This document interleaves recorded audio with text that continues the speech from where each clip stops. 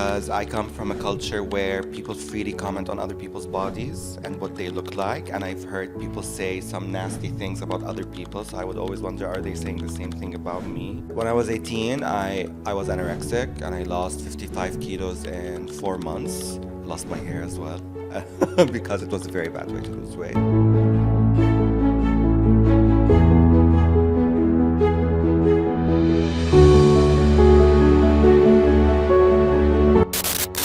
Hi, everyone. Welcome back. Today I have with me a very, very exciting guest, someone that you may have seen snippets of probably about a year ago, give or take. But I have him back on with me today to share his journey with you, all aspects of his journey, weight loss, emotional eating, Ozempic. And I have with me here today, Tarek.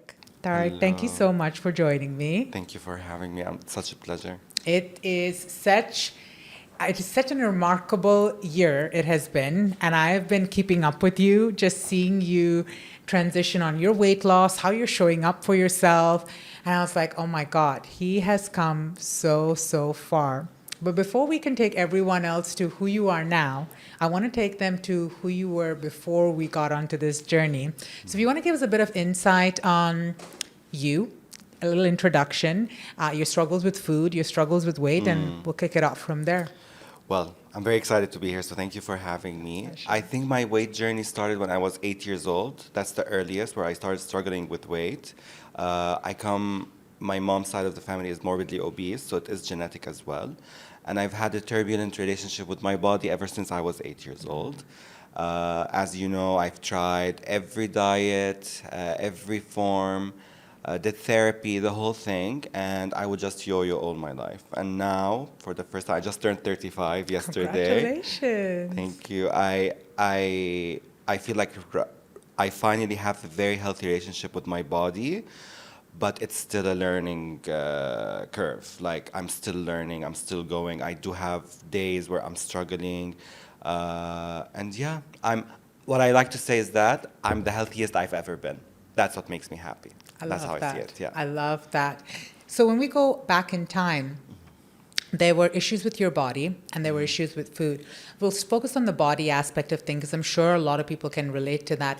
What were some of the thoughts that would go through your head about your body?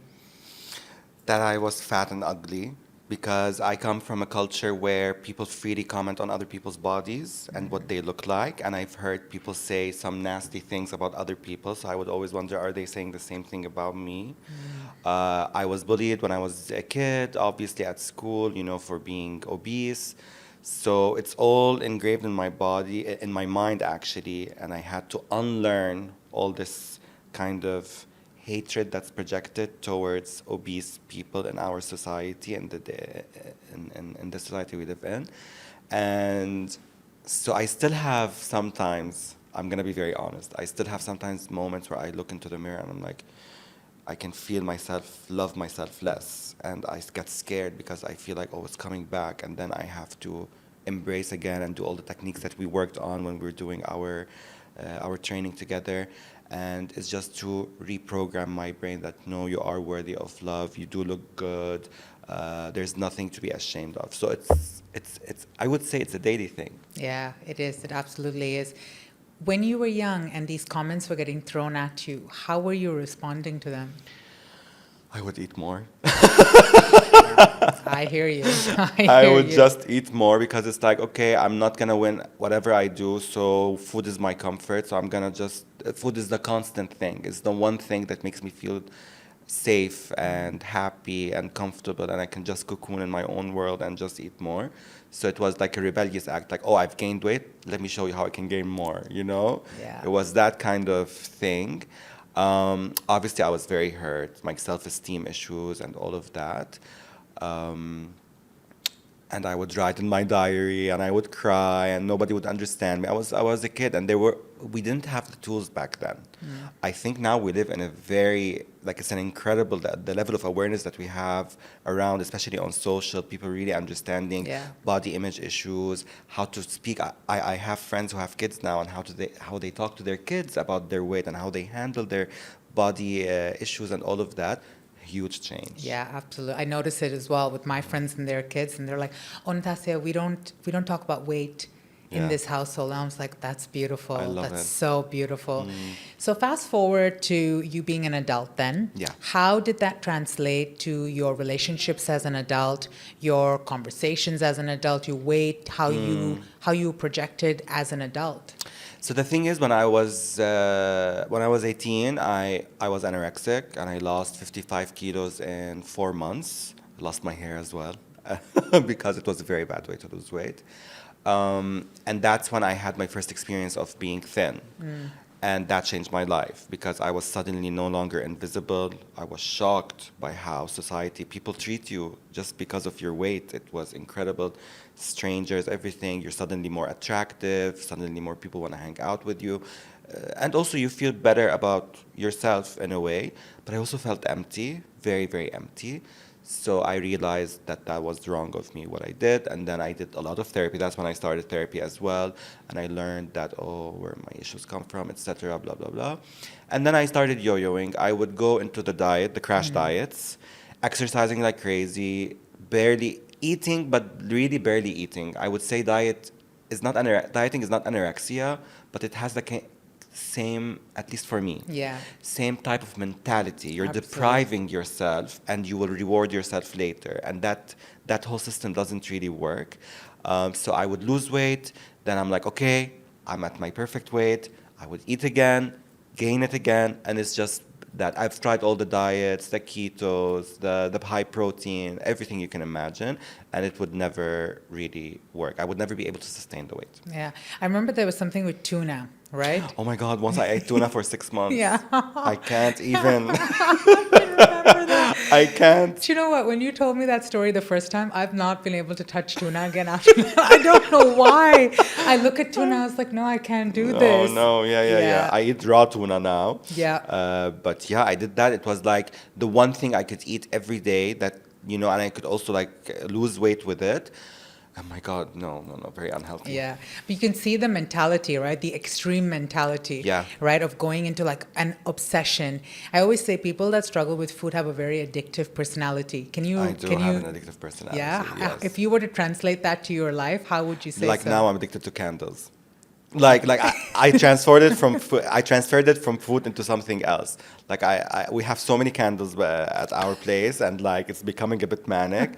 But I do have an addictive personality, and what I've learned is that instead of going to food for that pleasure, I now seek it elsewhere. I do more. I'm much more active. I socialize more. I try to work on my impulses and see what will make me happy. So sometimes I do shop a bit extra. That's also unhealthy, but I have literally transferred my emotional dependence on food into other things. Yeah, that's amazing. Yeah. I mean, you sound like you've dispersed it, like, Yeah. because addictive is like, I've got it, I'm fixated on it, but it sounds like you had the fixation with food. Yeah. And then you've kind of spread it out. I always remember this one incident you told me about where you're like, that's it, I picked up the KFC and I kind of look like a little piggy, like just swinging the bag of KFC I was around. so ashamed of myself. But there's nothing to be ashamed of because I'll tell you what, I went to KFC again a year and a half later and I did not feel any shame. I just wanted some fries and chicken and it's okay. I mean, it doesn't taste good, by the way. But I just wanted, I didn't feel a sense of shame. But before, because I remember when I first started working with you, I had not understood why am I so emotionally connected to food? What is going on? What is the root cause? How can I fix it? How can I tackle it? So there was a lot of shame. Now, and I love one of your best lines, honor your cravings. And it's the best thing because yes, if I have KFC tonight and I have it, that was the only time I've had it, just because I wanted it. My body wanted it, The other day I actually was going to order KFC. I was really hungry. I forgot to have lunch. And it was 8 p.m. and I'm like, oh my God, I'm so hungry. And then my mind is automatically going to the easiest option because I had been eating like a lot of raw food and stuff like that. So I just needed something quick. And then I was telling my partner, oh my God, I feel like KFC. And they're like, no, you know that you don't want KFC. I was like, yeah, true. I'll get sick. Yeah. It's I'll such just a get sick. momentary thing. Like sometimes you just Yeah. want it. You want the feeling of it, the Yeah. taste of it. Yeah. I love your journey, and this is something I'm so honored that I get to speak about. Is that you were one that embarked on a GLP-1 journey, which is an Yeah. Ozempic journey. You've been very open about it, very candid about it, but most importantly, when you booked that call in with me, when we met the first time, you said, "Look, I'm going on Ozempic, but I want to do a very holistic approach. I want to look at this from every single angle," which I feel is a missing piece for a lot of people that are jumping on the Ozempic, Mounjaro, Wegovy trend right now. What made you make that decision? It was all the failed attempts because honestly, before taking Ozempic, I was planning to do a gastric bypass. Because all of my mom's side of the family had done it. It was really the only way to get rid of their obesity. Some of them had to do it twice because they failed. They did not change their habits. But I was desperate. I was done. I was exhausted. At the time, I was 33. I was like, oh my God, like I'm 33 and I'm still struggling with my weight. When am I going to be able to get rid of this? And that's when I saw a doctor. And the doctor told me, he was like, why don't you try the Ozempic? And I was like, I don't want to. Like, let me just. He's like, no, give it a shot. Let's see how it goes. Then I was like, okay, if I'm going to try the Ozempic, if it's really going to suppress my appetite, it's not going to fix the issues. Like, you know what I mean? Like, if I'm going to do this, let me do it right. So I met you, emotional eating. I continued my therapy, got a trainer, got a journal, and got the Ozempic. And it was all happening at the same time because I thought to myself, let me give myself one more chance to really try to change my life. Yeah. And if it fails, it fails. And then I know I need to do the gastric bypass. That's what got me into it. Yeah. And then what are some of okay, let's do this question. How did it transition for you as you started? There was a lot of bumps, right? As we were going along, I noticed them, you noticed them as well. Yeah. But for me, bumps are learning lessons. So what were some of the biggest aha moments for you as you were going on this journey? I was talking about this the other day with a colleague of mine. I did not realize that people don't think about food all the time. It changed my life. It absolutely changed my life. People do not understand what food noise is. I know it's a viral kind of term. It's debilitating. Like, you dream about food. It's not just that in your waking time, it's you're sleeping, you dream about a meal, you wake up tasting it in your mouth. So you get out of bed and you need to eat. Like, you think about food, you'll be having breakfast, you're thinking about the snack. And then after the snack, you're like, okay, what am I going to have for lunch? And then you're having, it's a constant thinking about food. The release was, food is not on my mind at all. And it was like the first time in my waking life and my, conscious life that I was like, not thinking about food. That was the first immediate reaction. The second was offering me the space to rethink what I'm eating, to actually be able to make a well-informed decision. Okay, I can actually eat this today, and this is how much protein I need to take, and start to learn about food and food pairing, which is one of my favorite things that I learned with you. Like, okay, I want some fries, but have a really big salad with it. Like, all of that, which I still follow till this day. And it gave me the space to learn, without that manic kind of obsessive behavior. So that's the ultimate gift from the GLP-1. The initial beginning, because you tattooed, I think is the word that they use, titrate. You titrated up, right? Yeah. So when you were on your lower dose, before you went up through was the highest the 1 milligram that you went on? Yeah, no, it was, the 2.4. 2.4, Yeah, okay. yeah. So when you were going up on that, in the beginning, did you notice the food noise kind of quieting down to then going up to the 2.4? No, it was immediate. The food noise was always there. It was the weight loss that I didn't notice. It took me I think around 8 months to start seeing a noticeable difference. Because at the same time, I was exercising. So I had to take protein. So I was struggling. My body, I was just shifting things. And also I was losing fat, but gaining a bit of muscle. So the scale would not change. I had to learn about the differentiation. It was a whole learning curve. The food noise was immediate. But every time I would get used to a dose, some of the cravings would come back, the hunger would come back. I would think about the food a bit more, so I would have to go up, and lose the weight until you're on the maintenance, what do you call it? Dosage, I Dosage, guess, yeah? yes, yes. The something I want to talk to people about is the effort and time you took with your training, with Yeah. your trainer to go work out, right? And I really want to stress over this because I see it all the time. I see a lot of clients now coming to me having gained back all the weight after, but if you look at their habits, they didn't instill the crucial elements. Yeah. I remember I remember dad bod. That you Yeah. said you wanted a dad bod. Yeah. Two, I remember there was a transition where you went from 2 trainings a week and then you upped that. So if you want to tell us first your relationship with the gym, Yeah. working out, Yeah. and how that transitioned along. I have to say my trainer has been a big part of my journey because she's very patient with me. I've been, what now? I've been training for a year and 9 months. This is the longest I've ever stuck to, you know. And I tell her I come to the gym for you. Like, you know, because she will motivate me. We will have conversations while we're exercising. She will challenge me, but also will understand on the days that I'm not being able to challenge myself. So she's very patient with me, which is what allowed me to be able to enjoy the space, you know? Because I'm not the kind of person who you're going to be like, okay, and now no. You have to be patient with me. And she has been very instrumental in that. My relationship with the gym is that I go there so that I can be healthy. That's it. It's literally that. It's an equation. I go, I give my body this chance so that I can live longer, a healthier life. I'm doing this for my heart. I'm doing this for my lungs. I'm doing this for my brain. I'm just doing it for my body, you know? But to tell you that I get ecstatic when I go to the gym, that's going to be a lie. The good thing about me, and my trainer always tells me this, is that even when you're exhausted or you're too busy, you still show up. Yeah. And that makes me very happy that I'm showing up for myself. And sometimes I'll give 120%, and sometimes I'll give 50%. But at least I'll be there and show up for myself. So, yeah. That's beautiful. That's really, really. Aren't you proud of yourself? I for am that? actually. I never thought. Remember when we met and I told you Yeah. I hate the gym? I don't understand people who go and say, oh, I had a great workout. Like, what are you on about? And then now I experience that sometimes when I have a really good session, I come back and I'm like, oh, I'm excited. Like, yeah, let's do it. Like, I get so much energy and I'm like, I'm really vibing. So it's a great relationship to have. But again, I'm not in it because I think a lot of people go to the gym to perfect their bodies.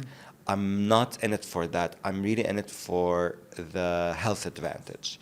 I would like to get to a point where I'm there to perfect my body, but I'm not there yet. And I've also come to the conclusion that it's okay to not be there. Yeah. Because, I mean, I have a different priority right now.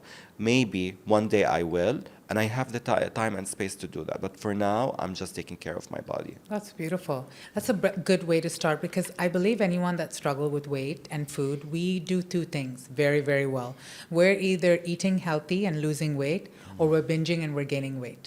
This whole in-between space is so new for us, right? Yeah. So new. And to see you honor that is so beautiful because you're telling yourself, okay, I'm not binging and I'm not gaining, but I'm not also dieting and completely losing, and every weight session needs to be like me see muscles or something. Yeah. It's for your mental health, which Yeah. is so beautiful. And I think this, once you get to where you need to be, which we're going to talk about, this is instrumental, Yeah. instrumental for that. Yeah. Do you feel that when you go for your sessions, like I'm just doing this My for mental me? health, Yeah. I have to say, I was on antidepressants for 5 years. And I've been off them now for how long? Maybe almost 2 years. Yes. Thank you so much. I was hoping you would talk about that. I didn't want to bring it up unless of course. you did. It's a huge part of it. And I really, really believe that moving my body is what helped me also come off of them. Of course, I did a lot of mental work. I did a lot of therapy. I worked with my psychiatrist, my psychologist, a lot of work. But I noticed one time my trainer was off for 2 weeks. She was traveling. And I was like, I decided, you know what? I'm going to be lazy. I'm just going to go for the lazy approach. Like, I haven't had 2 weeks where I don't exercise at all. Oh my God. My mental health Really? just dipped. Like, by the end of the 2 weeks, I started feeling depression, feeling lazy, feeling tired. And I was like, it was the first time where I could actually understand how impactful exercising is for my brain and what it does for my mental health. So ever since then, I never stopped. This is crazy. Yeah. Like hearing these words coming out of your Yeah. mouth is like, wow, I love this. You said something which I think is so important to share, the tiredness. Yeah. Now, having worked with quite a few clients and hearing stories from friends, there is a different kind of tiredness level that comes with the Ozempic doses. Is that something you experienced on the higher doses, probably? No, I feel much better when I'm on Ozempic, and I'll talk about it in a bit, but no, actually, my energy, I think before taking Ozempic, I was always tired. Now I'm only tired because there's a specific reason. I've been in back-to-back meetings. I've been sleeping late because I have social events, and then waking up early for work, and then exercising. I have a busy. There's a reason why I'm tired, but I have the stamina now. I sleep less, which I'm not enjoying, but I do sleep less because my body doesn't need more, which is I no longer nap. Yeah. Like, that's a huge change in my life. I no longer take So naps. who is this person? This is amazing. Oh my God. My life has really changed I after love this health that. journey. I love that. Now for the big reveal. So Yeah. you've been on Ozempic, you've done the holistic approach. What's the number? How many kilos are we talking 30. about? 30, yes. That's amazing. That's like Yeah. 30 kilos. Yes. Did you ever think you'd be able to do that and keep it off? In a mind healthy you? way? No. Never. No, no, no, no, no. Like, and then to have a completely, like, I don't no longer have a complex relationship with food. I'm very happy with my body. I want to lose more, mind you, but I'm so patient with it. It's like it will happen when it happens. Right now, I need to honor the changes that my body is going through. So I'll lose a bit. Maybe sometimes I'll gain a bit, but it no longer scares me. It didn't scare me until I stopped Ozempic. That's when I was like, oh my God. I stopped Ozempic for 2 months just to see. The food noise came back. And at that point, I had been living free of food noise for a year and a half. And progressively, it was getting worse and worse and worse. And I started dreaming about food. And I'm like having to implement everything that I've learned. But I also injured my knee. I remember you So I'm saying. doing physiotherapy and I'm struggling and I'm having to fight the food noise. But at the same time, I'm not being able to go to the gym. So I'm eating a bit more. And I gained 2 kgs in 2 months. And no, actually, I gained 4 kgs in 2 months. And when I reached 4, and there was a moment, actually. There was a moment, it was midnight, and I was eating popcorn next to the microwave, standing. And my partner was like, what are you doing? And I realized what I was doing, and I was like, I'm going back to Ozempic. Like, there's no way. There's just no way. I realized how, and I was just eating popcorn. It's not like I'm eating fast food or whatever. It's just popcorn. But I realized that I'm obsessing about food again. And I accepted. I've been listening to a lot of podcasts, to be honest with you, and the Oprah Winfrey podcast as well. She's been very vocal about this, and I have been understanding that obesity is a disease. It's not just about what I'm eating and what I'm doing. Most people don't struggle through life having to fight food noise. They really don't, because I know now. I know what most people go through. You don't. I've heard so many people say, "Oh, I forgot to have lunch," and I used to be like, how can you forget to have lunch? On Ozempic, I know you can forget to have breakfast, lunch, and dinner if you're really not that hungry. So I realized, okay, I cannot fight all these battles. I'm going to go back. I started Mounjaro, actually, because I was first on Ozempic, then Wegovy, stopped for 2 months, and now I'm on Mounjaro. I've been on it for a month. And within 2 days, the food noise was gone, and I was me again. And now I'm treading this path of like, okay, what does this mean? Because obviously I don't want to be on them for the rest of my life, because I get so many articles from my friends who are concerned, like, did you know Ozempic causes thyroid cancer? Did you know that Ozempic causes the thinning of, your bones? Like, so many things. And obviously I do blood work. Now I've agreed with my doctor to do it once every month instead of once every 3 months, to check on my pancreas, check on my thyroid, check on my liver, all of that, to make sure that I'm healthy. But obviously I'm also scared because I do not know the health implications. This is what I say. Every medication has a side effect. Yep. There's no such thing. The only reason why GLP-1s are so known or theorized is because they're under scrutiny right now. That's it. But we all take so many medications, and you do not know the side effects and what they can do to you. So that's kind of my way of dealing with the anxiety around taking GLP-1s. At the same time, I want to find a way to do it. Like maybe I could take once every month instead of one injection per week, or, 2 weeks, every 2 weeks, I need to find a way to do it. But what I do know is that in these 2 months, when everything came back to me, I was very scared. Yeah. Yeah, I mean, there's always a route of the maintenance dose, but I want to go down that route. So, when you reached that end point where you're like, I'm going to go off this, right? What was the mindset there? What made you make those decisions, saying, okay, I'm ready, I'm making this decision to go off it? Because I had learned to trust myself again. So it was like, okay, now I have faith in myself. I've been on this health journey for a year and a half. I've changed my habits. I'm a very different person. So I wanted to see, who am I without it? I just wanted to make sure. And one thing that I was very happy about is that in these 2 months, the cravings never came back. So I wasn't suddenly craving bad food. I was still craving the food I'm eating, but a lot of it. Bigger quantities. So I was like, okay, the hunger and the food noise and the obsession about food is in my brain. It's not psychological. You know what I mean? So because if it was psychological, I would want to go back to my comfort food and all the bad things that I used to do before. It was just that nothing is enough. I need to eat. Oh my God, I'm going to eat more chicken. I eat more rice, all of that, just because I need to also, I'm amping up in the gym and all of that. And I was completely uncomfortable. Like, you have to remember, when you take GLP-1s, you never finish your plate. And there's something empowering about that, because I never reach fullness. I have learned in these past almost 2 years to no longer embrace fullness. So I always eat at the 80% capacity. But then I was like, no, I'm getting full. And I was so uncomfortable with getting full, because you and I, we worked very hard on me disassociating from the feeling of fullness and the comfort it used to give me. And then that became, if I'm full, I'm bloated and I'm not feeling comfortable and I actually feel heavier, so I no longer enjoy that feeling.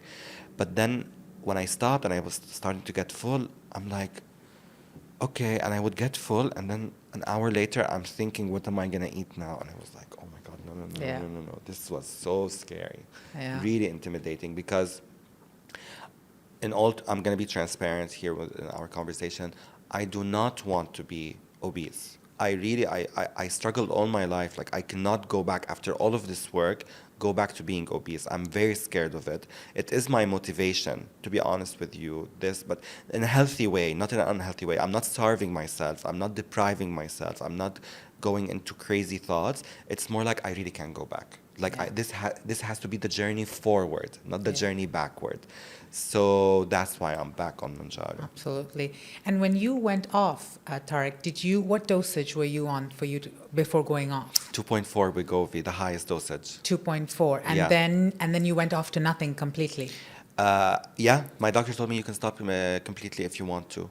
Oh wow. Yeah, he told me anyways it's healthy to clean up your liver and pancreas and everything. It's advisable to take at least 6 weeks off. So I took 2 months. Lovely. Yeah. And then when you got back on, so you made the decision, you said, okay, fine, it's time to take that leap. Just to give some insight of what's happening there. Food noise gets quieted down primarily with fullness. So when we have a GLP-1 in our body, we feel so full, so there's no food noise, right? Because we're constantly walking around with that.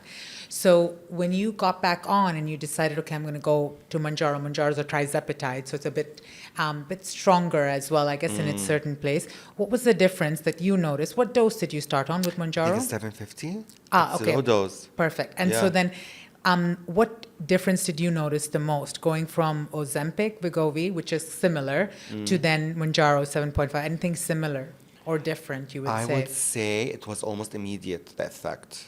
Immediate, and it's a low dosage. So for me to feel it at such a low dosage, I was like, I'm even comfortable being on this dosage for a while longer. I don't feel the need to go up. Yeah. You know what I mean? Absolutely. So I was happy about that. Absolutely. And how are you feeling? How long has it been that you've been on Mounjaro? Exactly, And how has it been month on Mounjaro? Wonderful. Yeah? Wonderful, yes. I'm back to myself. I'm eating exactly what I need to eat just because I'm hungry. I'm physically hungry, which is something you also taught me to differentiate between emotional hunger and physical hunger. Yeah. And I'm just physically hungry, so I eat. And I feel like myself again. I lost 2 kgs. Congratulations. Yeah, That's yeah. amazing. Yeah. So this is 2 from the 4 that you gained. Yes. Amazing. And so it's slowly coming back Slowly. down. Yeah. So those 2 months, I think they're really pivotal for you, right? I believe it sounds like a huge learning lesson there. Because you did say something which I appreciate, and I'm sure the people listening will appreciate as well, on a cost perspective and on do I want to be addicted to this perspective, right? You said, Yeah. I don't want to use this for life. Yeah. In those 2 months, seeing what our bodies and minds are capable of, what's the plan now? Let's say moving forward on getting off it, staying off it, and things of that sort. I'm doing a blood test this next week just to check on my liver and pancreas and see if anything didn't look good, because I did have some alarming stuff in my liver and my pancreas, and we're checking if it was the Ozempic or if it was alcohol. We don't know yet. So I'm just seeing. I want to see now what's up with my liver, and then I will make a more well-informed decision. Because if it's still acting up, I will have to stop the Mounjaro. Okay. Definitely, like just to make sure. Because I always promise myself, as long as everything is good, I'll take it. If not, I'll stop it. If everything is fine, which I'm hopeful that it will be, I want to approach it in a way where I can understand if I can do an injection every 2 weeks instead of every week, and just try to maintain and then understand what would that do. I'm going to experiment. This is what I'm going to go into. I'm going to experiment and see what dosage does my brain stop the food noise at, and where can I extend. So for example, if I do it once every 2 weeks and the food noise is still not there, I'll push it to maybe 3 weeks, then to a month. I just want to see what's my limit so that I can manage that. And then I also see in the future maybe, and I've seen people do that, they go off it, recover for a bit, then go on it again, and it's like this kind of, journey. But what I do know is that I'm completely uncomfortable with food noise. Completely uncomfortable with it. Yeah. I cannot go back to it. And that is right now, I got scared. I told you these 2 months were really pivotal because I got scared. So right now I'm gonna see where things go. I'm very happy with my body. I want to lose more weight, but I'm patient with it. Like for me, based on the metrics that the doctor gave me, I still need like 10 kgs to be like my perfectly healthy weight. I can take 2 years to lose those 10 kgs. Absolutely. I don't mind at all. Like I'm in a much better place, and I do know that when you lose it fast, you gain it fast.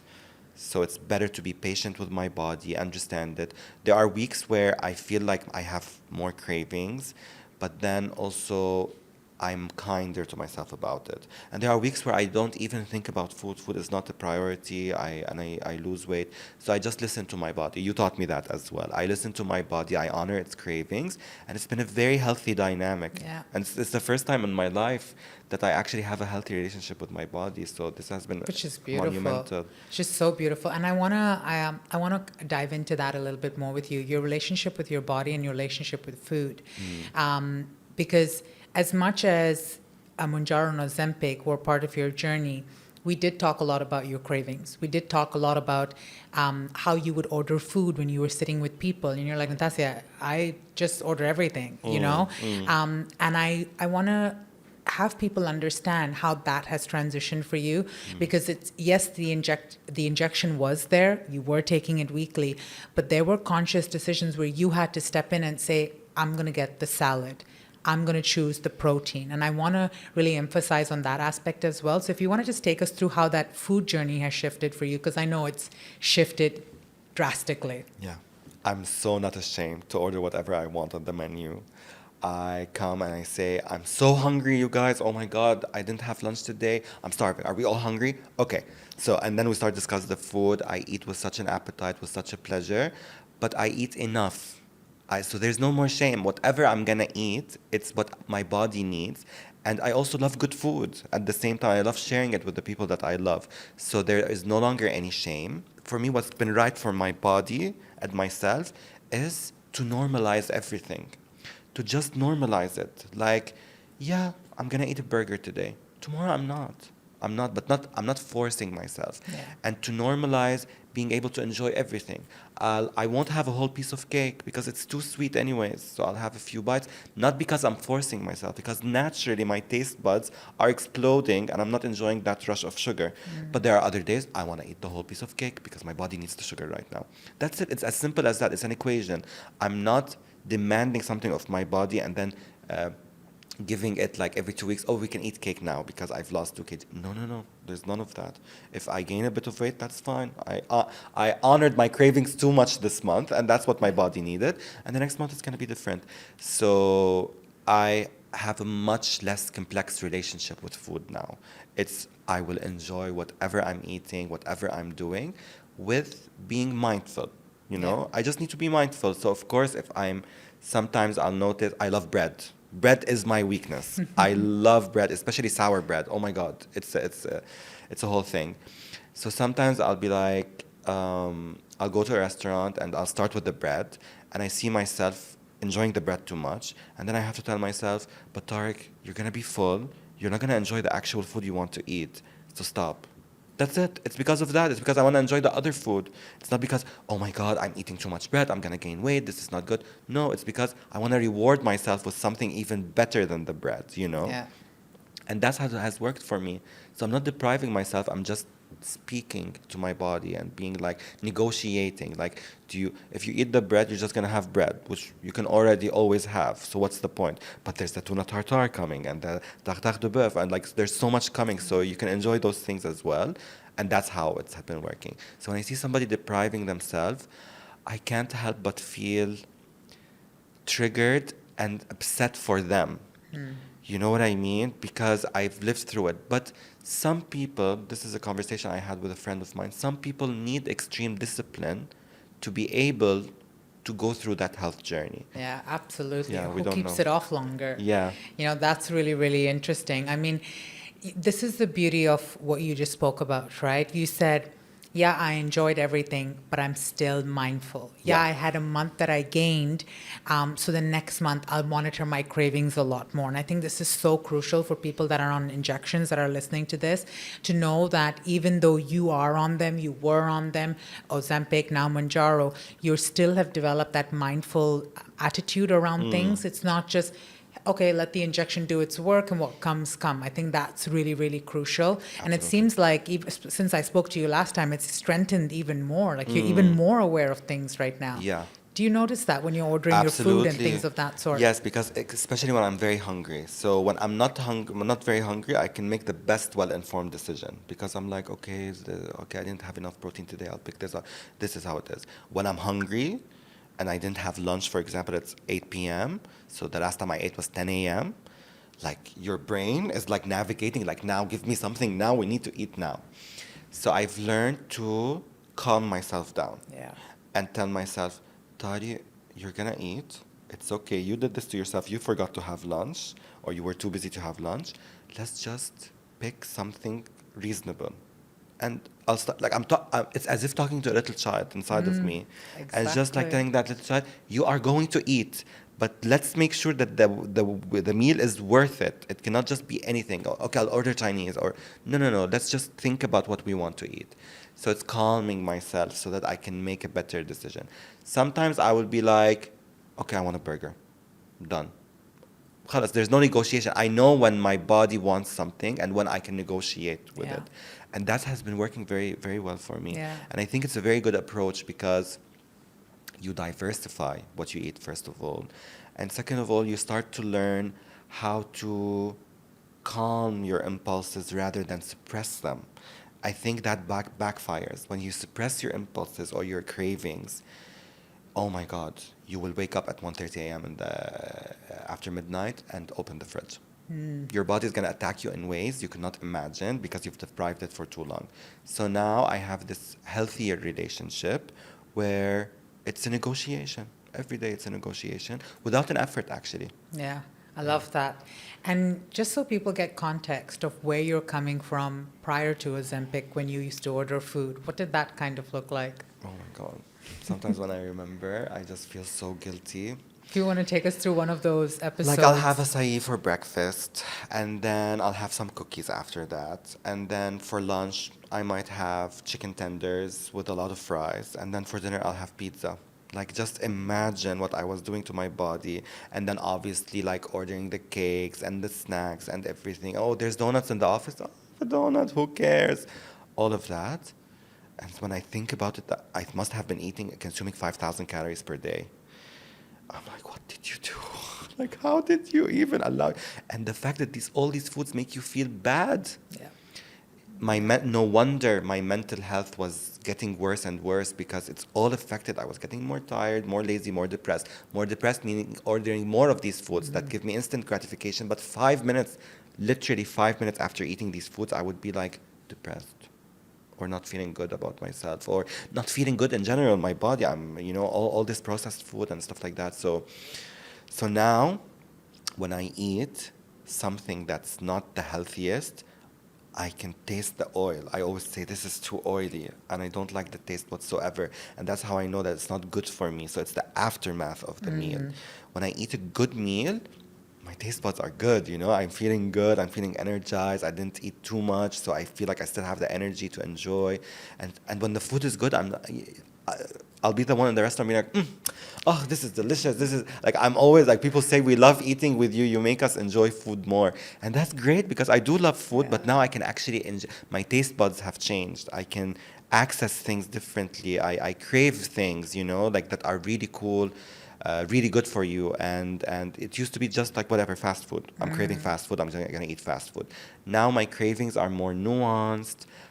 More interesting. I try new things at restaurants. Like it's a whole new world with food. Yeah, it's a different kind of love, Yes. right? It's a different kind of love. So when people struggle with weight and food and they say, oh, it's because I love food, Natasha, I was like, you don't love food, you love quantity, right? You love big quantities of processed food because it makes you feel good.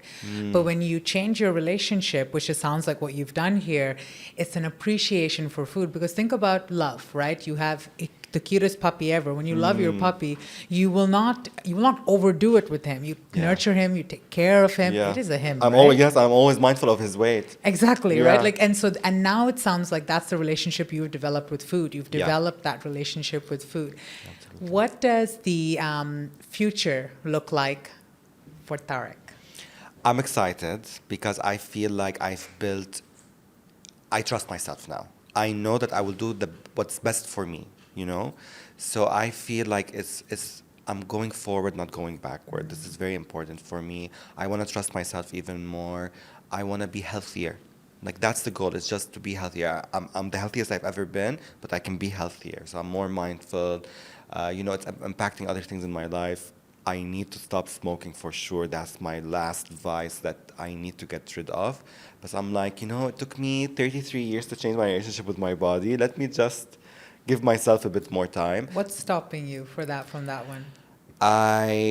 It's a coping mechanism. Remember our conversations about coping mechanisms? Smoking helps me just cope, and I'm still not there where I can remove it. And what else would I have? Because I do have the other coping mechanisms, but it's the one thing that is easily accessible and just helps me all the time. So I'm not at a level yet mentally where I can stop that and not. I'm scared of a relapse or like a dip down in my mental health or something, because I'll get suddenly. It took me a long time. I used to struggle with anxiety. Now I no longer do. So it's like, what do I do with that energy? And that scares me.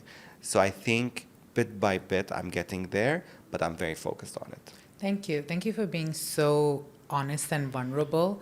And you've talked about layers within yourself that people, I'm sure, are listening to as far as anxiety goes and coping in your smoking goes, because this is such a real journey. And I love it. I love every moment of it.